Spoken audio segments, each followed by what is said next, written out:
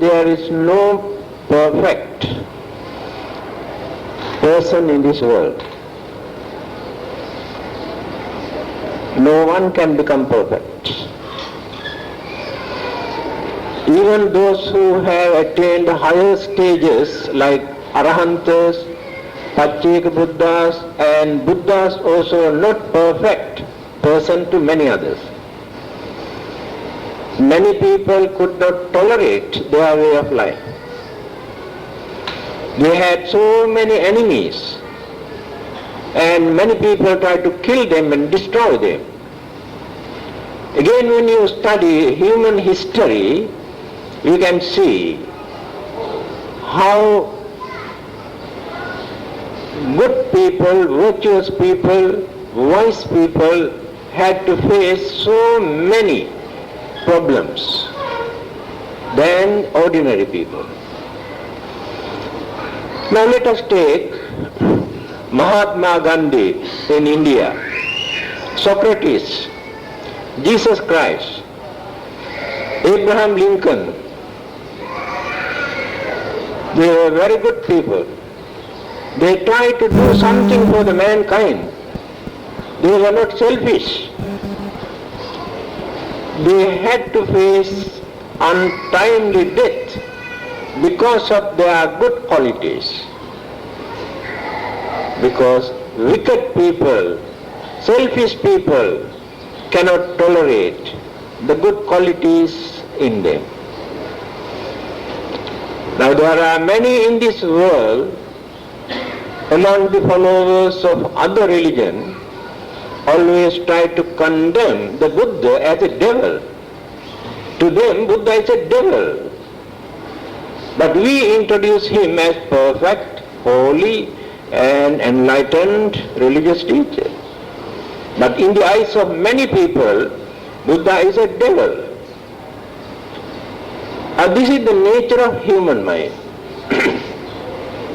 So this is a very good lesson for all of us to learn. Because many people get fed up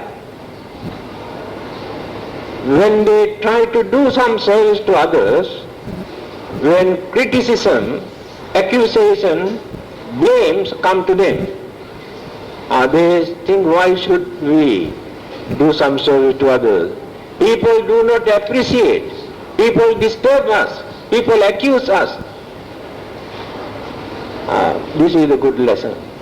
But great people never give up their services to others just because there are people who criticize or condemn or accuse.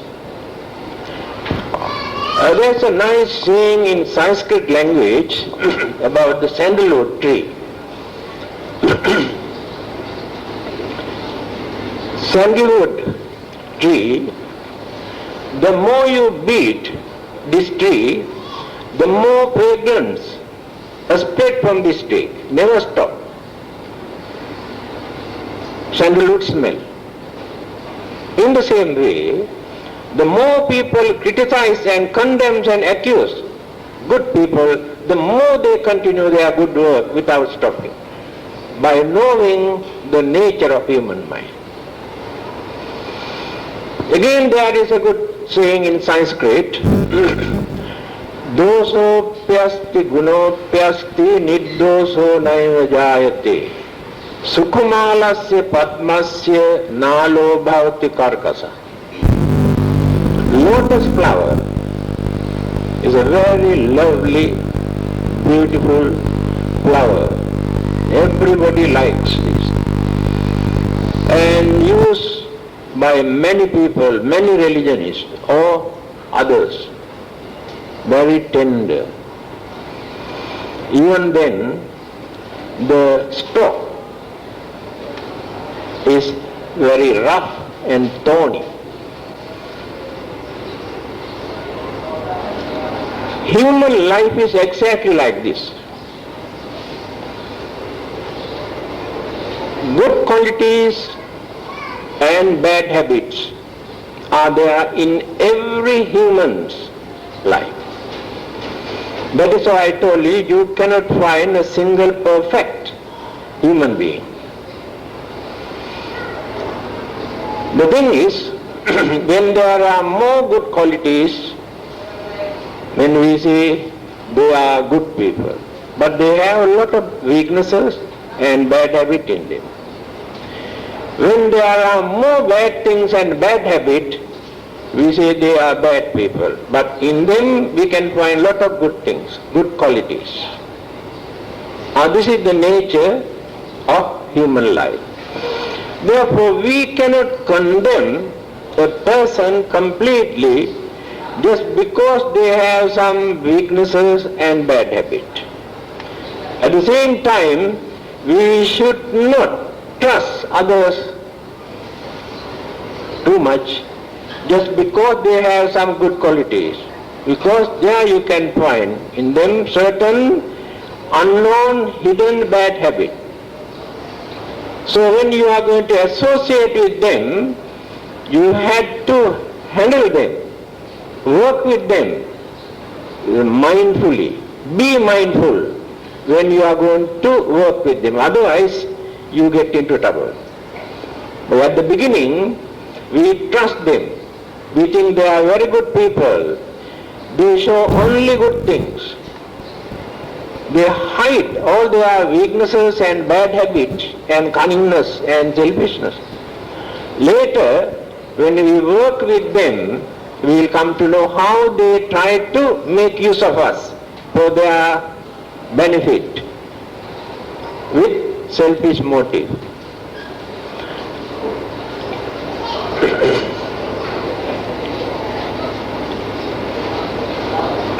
Now, what is the real meaning of this word perfection or perfect?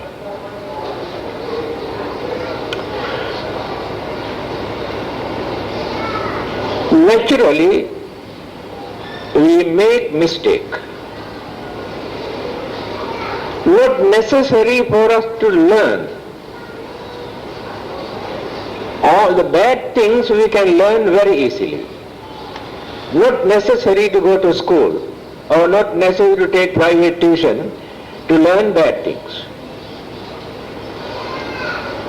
But to learn good things, we have to use our full effort, spend so much money. Even then, very difficult to learn good things. And this is the nature of human life. Occasionally, we observe Sila, 8 precepts. Every day we observe 5 precepts, Pancha Sila. What is the meaning of this word, Sila? It's a very meaningful word used by the Buddha. You say, Silang Samadhiyami, I observe this Sila. Sila means abstain. We are used to do bad things. Natural habits. When we use our effort not to use our natural habits, that is called Sila. We like to tell lies. Naturally we tell lies. So we use our full effort not to tell lies. That is called Sila. To do good is not very difficult. But not to do bad thing is very difficult. That means abstinence or to abstain from bad thing is very difficult. It has become our way of life. Now in this world today, can you find a single human being who is 100% honest? Honest people. It is only in the dictionary, not in the human mind. Honesty. Whenever chances arise, opportunities are there, people take the advantage to bluff, to swindle, to cheat, This is the nature of human mind. But to change this mental attitude, we have to use our full effort with understanding. By force you cannot do that. With understanding. Perfection means meaningful, reasonable, harmless, respectable, noble life. Perfection is there. That means under any circumstances, we do not want to harm others, disturb others, bluff others. Then the life becomes perfect. There is no ulterior motive or selfishness in our mind. Then it will become a perfect life. There is no cunningness or cruelty in our mind. Then it will become a perfect life. So by doing good things we cannot become perfect. We can do a lot of good things by keeping our selfishness or our cunningness or our cruelty, our jealousy, our anger, our ill will, all the bad things we can keep behind. And we can do a lot of services to others. There is no perfection there. When you study the life of the Buddha, how he tried to be perfect, it has taken such a long time, nobody knows. Life after life went on developing, cultivating. Good thing. Again, reducing all the bad things. Then a strengthening and purifying his mind. 3 methods to be perfect.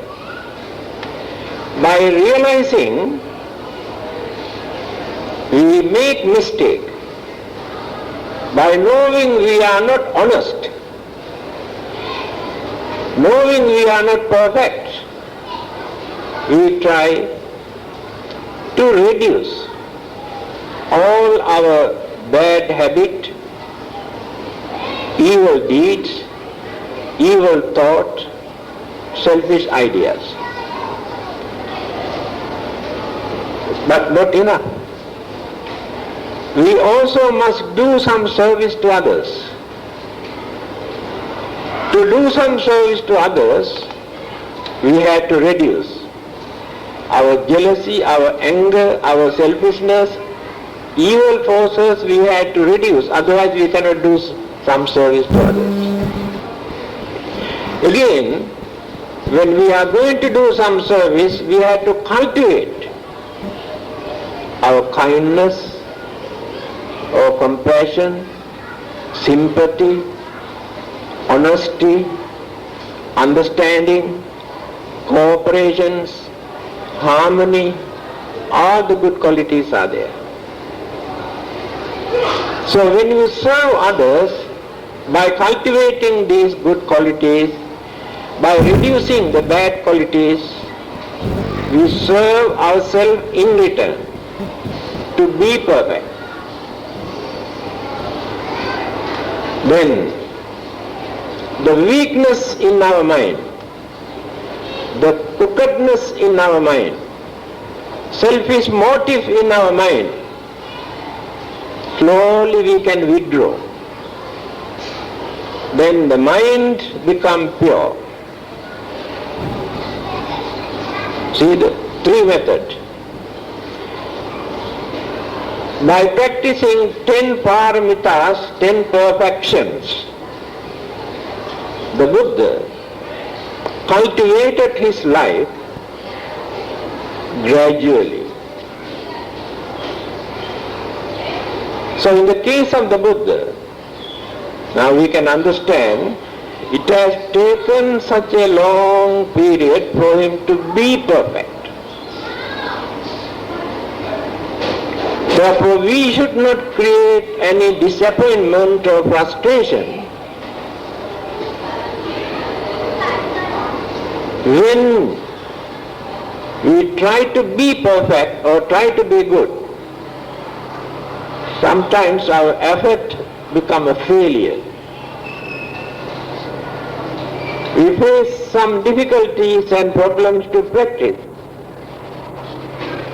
but we should not create disappointment. That realization, that understanding is the important point. Now, small child, when this child wants to stand up and walk 1 or 2 steps, fall down. Again get up, again fall down, again get up, again fall down, but won't give up. So when we try to be good, we also fall down like this. But we must know how to get up. Again continue our good work. Again we fall down. One day we will succeed, just like that child. One day we will be able to run. When a small child wants to talk 1 or 2 distorted words, cannot pronounce the word, but go on talking and talking and talking and talking.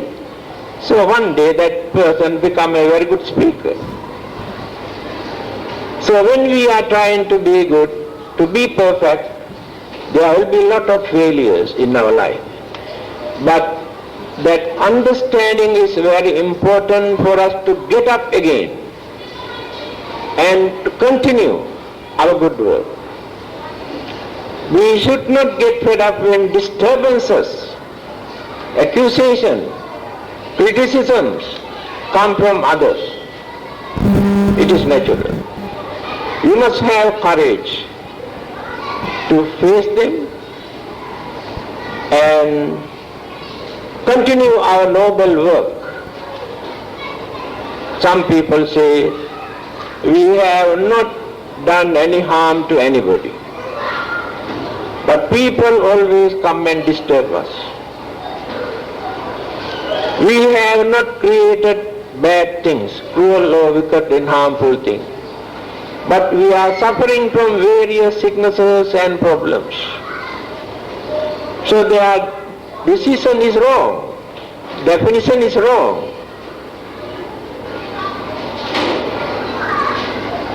When there are more fruits, like rambutan or mangoes in a tree, more and more boys go there and throw stones and damage the branches of the tree. Just because there are a lot of fruits, useful. But there are many trees where you cannot find any fruit, nobody wants to disturb it. So when we try to do some service to others, when there are some goodness, good qualities in us, more big bets, more criticism come to us. You must understand this. Then you get more courage. Then you can understand many people are wicked, many people are foolish, many people are narrow-minded, many people are misled by others. That is why they behave like this. But we should not stop our good work because of them, or we should not follow them. We go ahead with our good work. We never stop our services to others, because the purpose of our living in this world is to do some service to others. Paratha charyaya satang hi jivana. This beautiful sayings teaches us what is the purpose of our living. Why do we live in this world? The purpose of our living is to do some service to others. Each and every person must contribute something for the benefit of others, for the happiness of others. Then there are unity and harmony and understanding and cooperation, support to maintain a healthy society, for us to live with confidence. So if this service is lacking in our society, each and every person feel some sort of loneliness, insecurity feeling, or uncertainty in life. Now you can understand why services are needed. On the other hand, if you want to do some service to yourself, you cannot serve yourself without serving others. Please remember this. What does it mean? Now you want to support those who are suffering from sicknesses, hunger, or poverty, or fear, or various other problems. Then you think that you must render some service, you must do something to release their suffering. To create that idea in your mind is not so easy, because you have to reduce so many weaknesses, so many evil forces which are active in your mind. If you are very jealous, or if you are greedy, if you are cruel, if you are narrow-minded, if you are stupid, you cannot create such ideas in your mind. To create that idea that you want to do some service to others, you have to control, you have to suppress those evil forces. Then you develop sympathy, kindness, cooperation, understanding, then cultivate your mind. And this cultivation or this development of good qualities in your mind serve or support you to make use of this life for your benefit, for your own benefit. So you cannot serve yourself by thinking that I must enjoy myself or my family. Why should we contribute or distribute among the others? That selfish idea never support you. You develop more and more selfishness, more and more greed in your mind. Then you develop more evil forces, evil thoughts.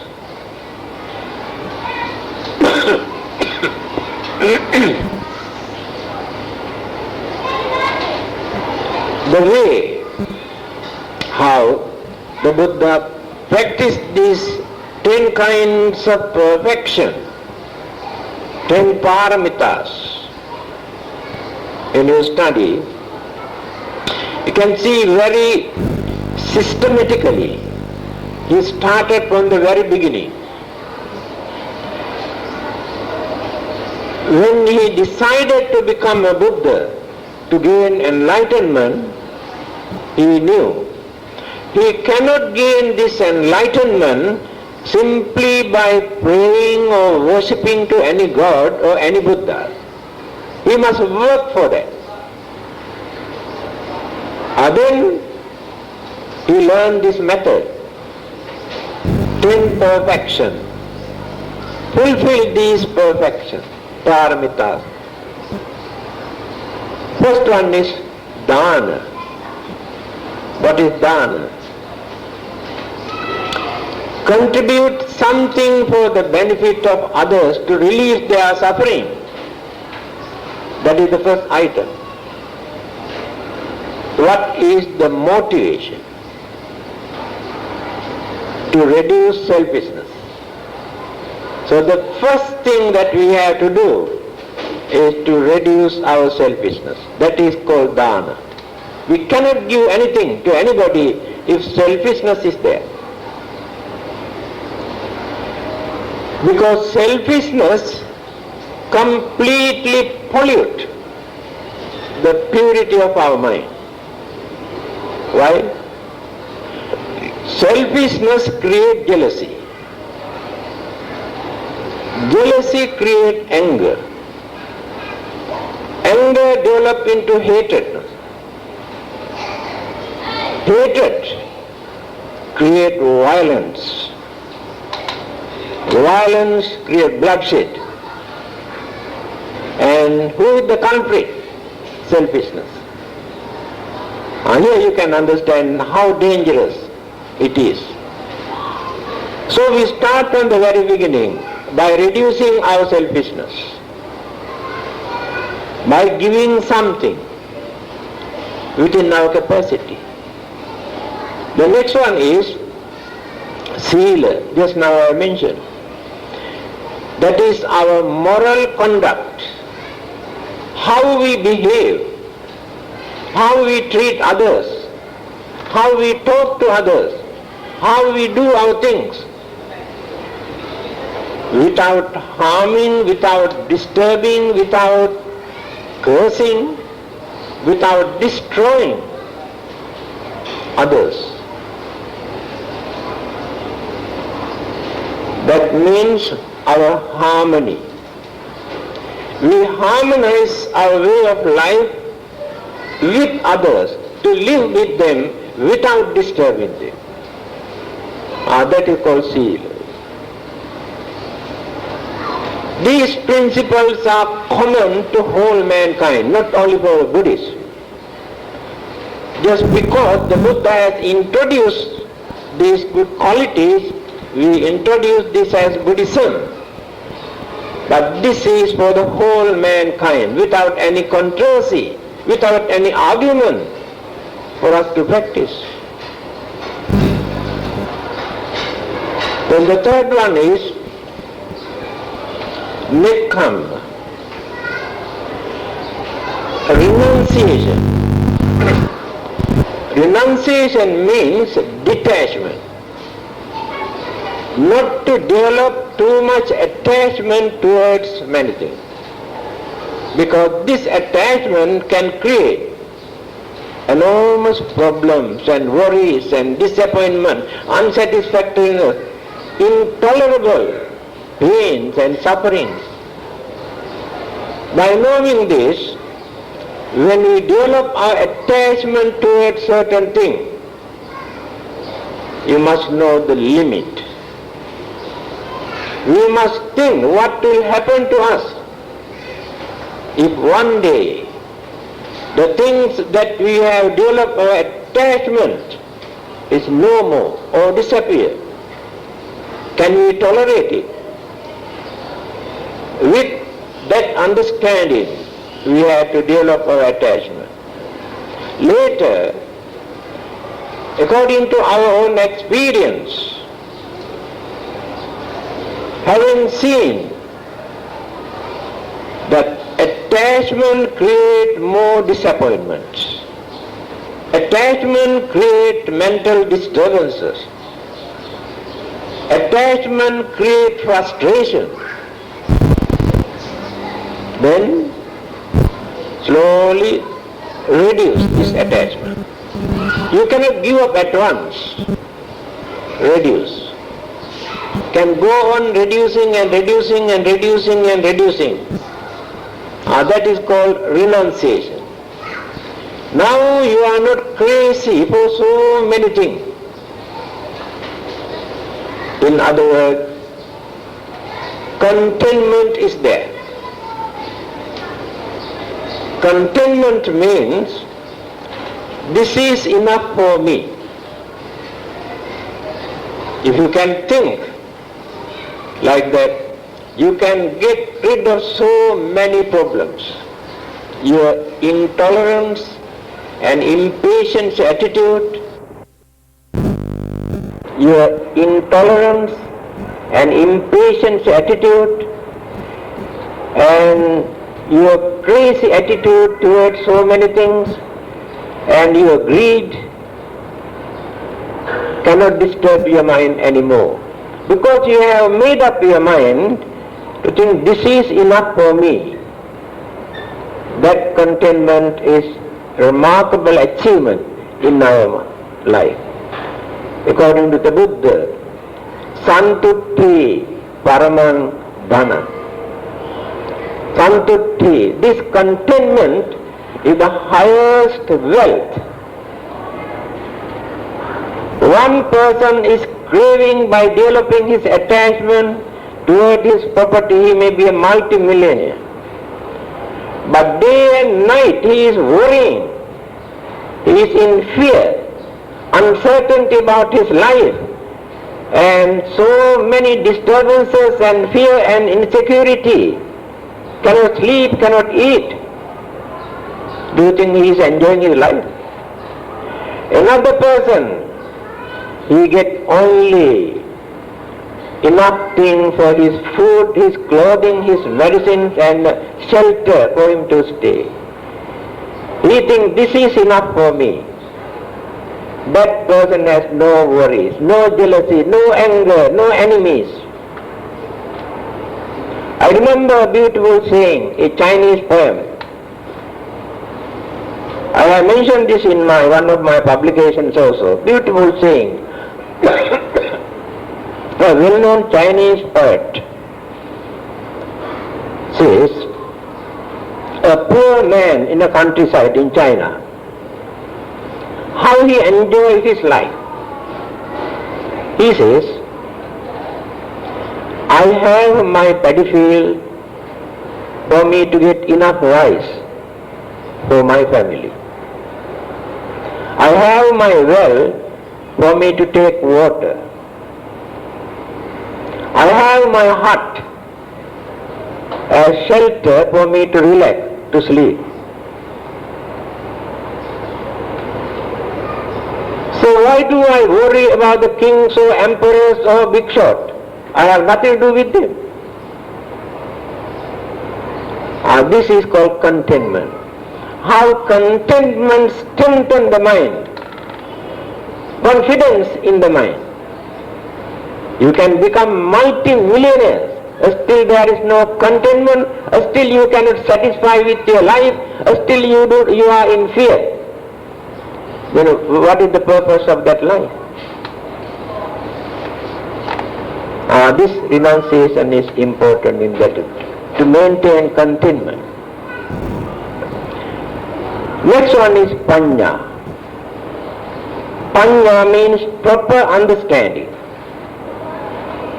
Proper understanding is not the knowledge that you gain, your academic knowledge in the colleges or universities or any other institute. It is not the book knowledge. That is the knowledge and understanding that you gain through your experience, maturity, age, and observing things unbiasedly. In fact, when you consider unbiasedly what is happening around us, in this country, in many parts of the world, why human beings behave like this, why they are not happy, why do they fight, why do they kill each other, why they do destroy everything. These are very good lessons for us to learn, to find out where are the mistakes.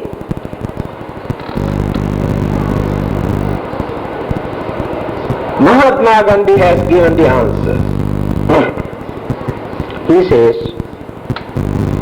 In this world, we have more than enough things for our needs, but we haven't got enough things to satisfy our craving. So human beings are not fighting or destroying or killing others for their survival. Animals may do that. They have food, they have clothing, they have shelter, they have medicine. They are not fighting for these things. They are fighting just because of their extraordinary craving. They want to gain more power, more authority, more income. Then they fight.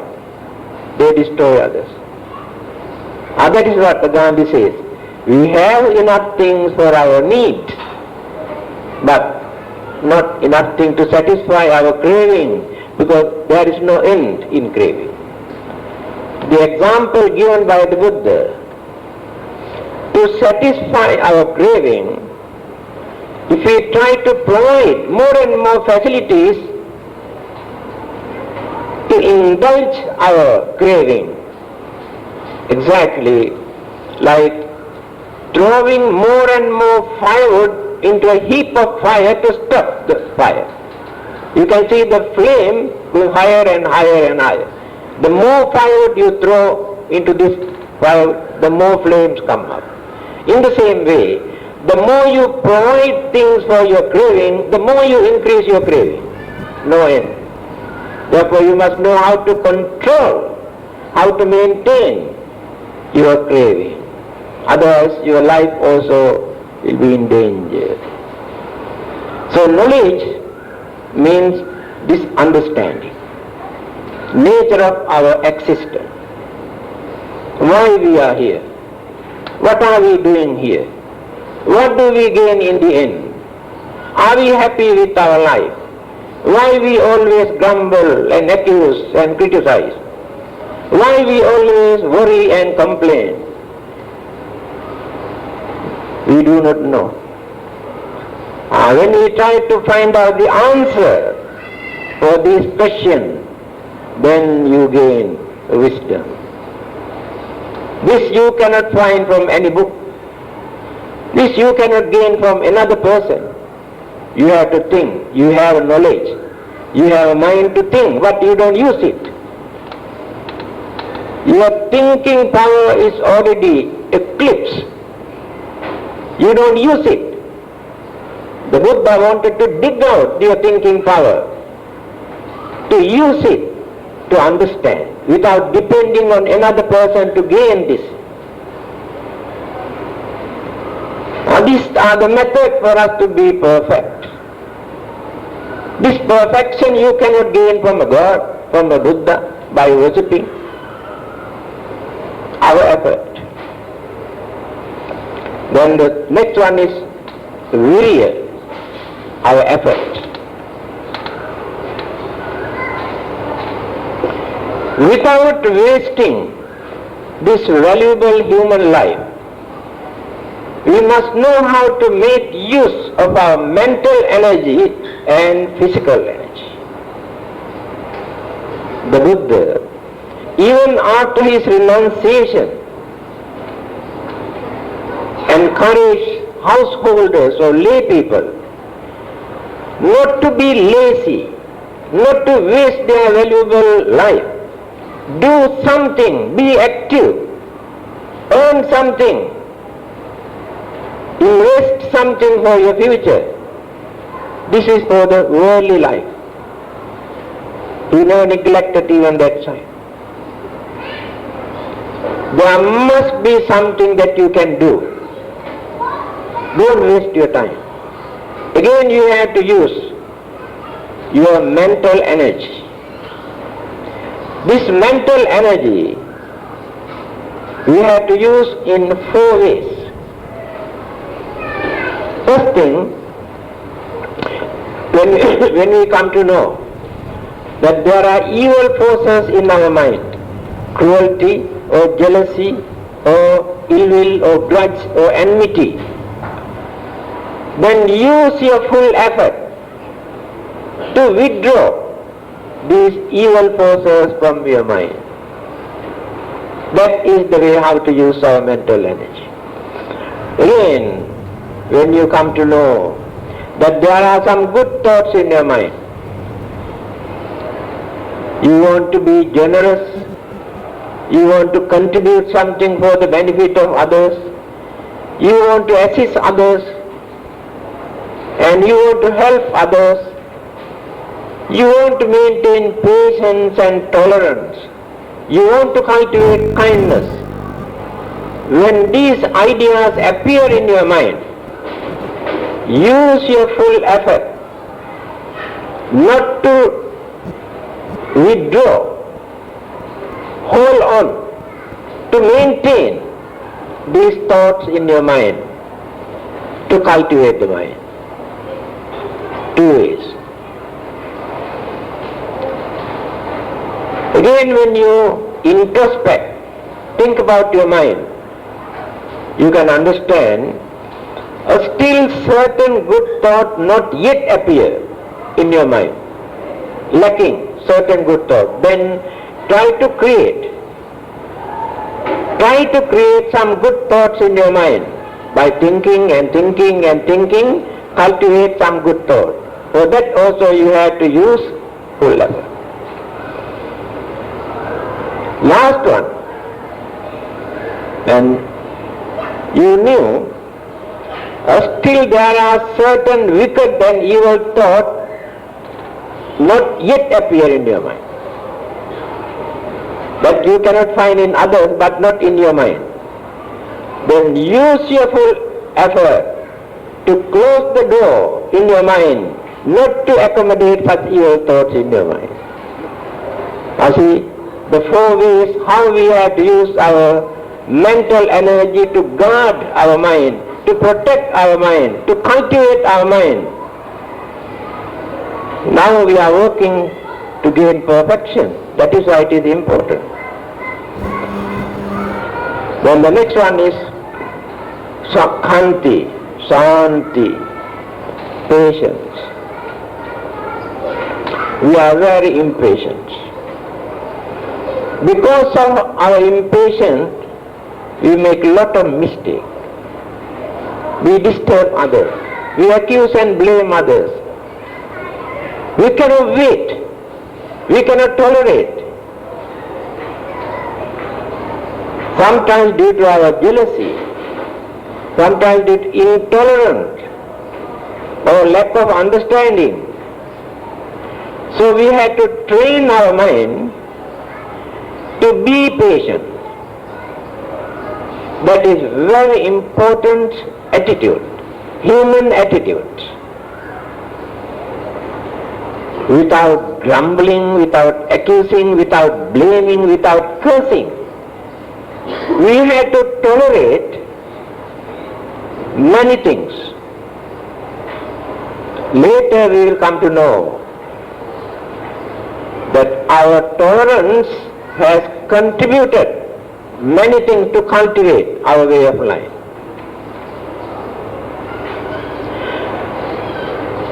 A well-known Buddhist scholar who introduced Buddhism to Tibet, he is from India. He has taken an attendant also from India to assist him. But this man is a real stupid man. He never does anything to satisfy this monk.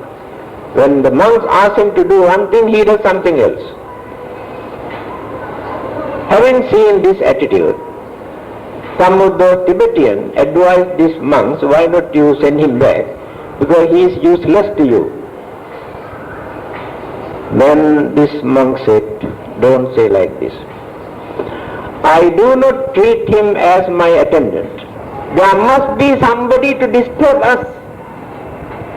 If there is nobody to disturb us, we think we have patience and tolerance. No. We are not cultivated. When you are good, I am also good. because you don't disturb me. When I am good, you are also good. If I don't disturb you, you are also good. But we had no chance to practice, to test whether we have patience or not. When there are some disturbances, intolerant attitude, impatient attitude, then we must have courage to tolerate it, to be patient. Later we will come to know our patience has contributed to maintain healthy attitude. So patience is one of the good qualities of a saint. Not easy to irritate them.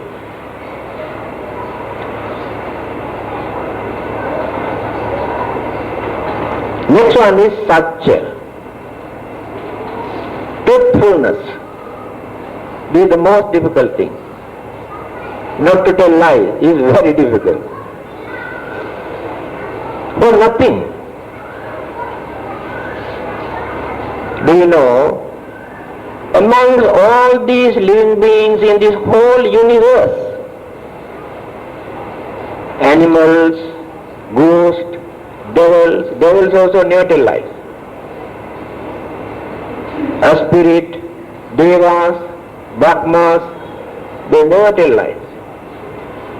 Only living beings who tell lies are the human beings.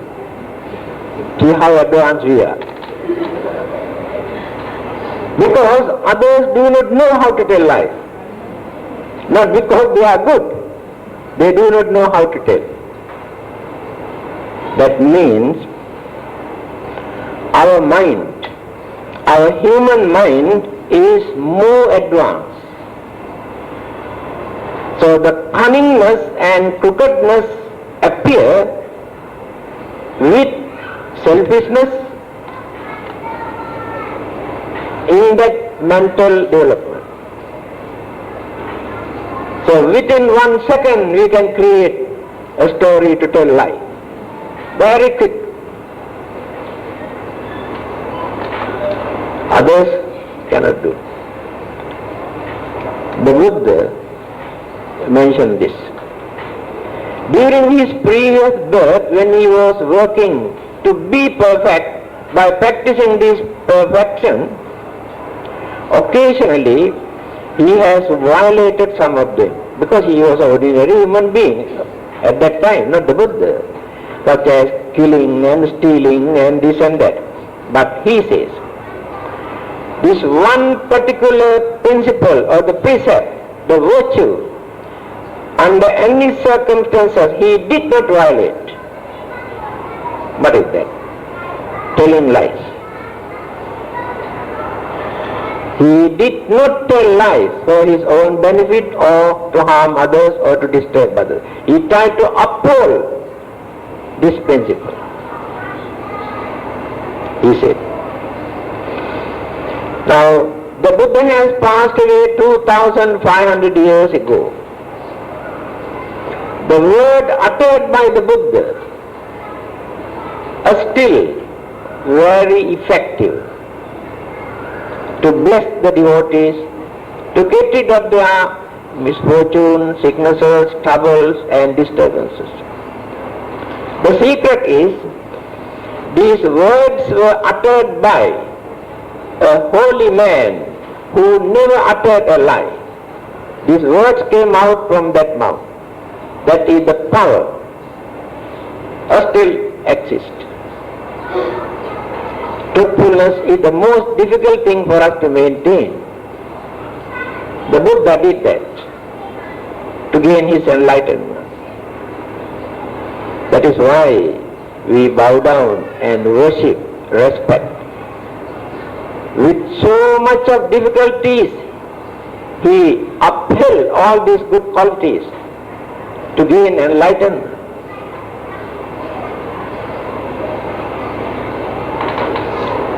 Last one is adhitthana, determination. This is another weakness in our mind. Today we decide or we determine to do something, good thing, or we determine not to do something, bad thing. But later, circumstances change the mind.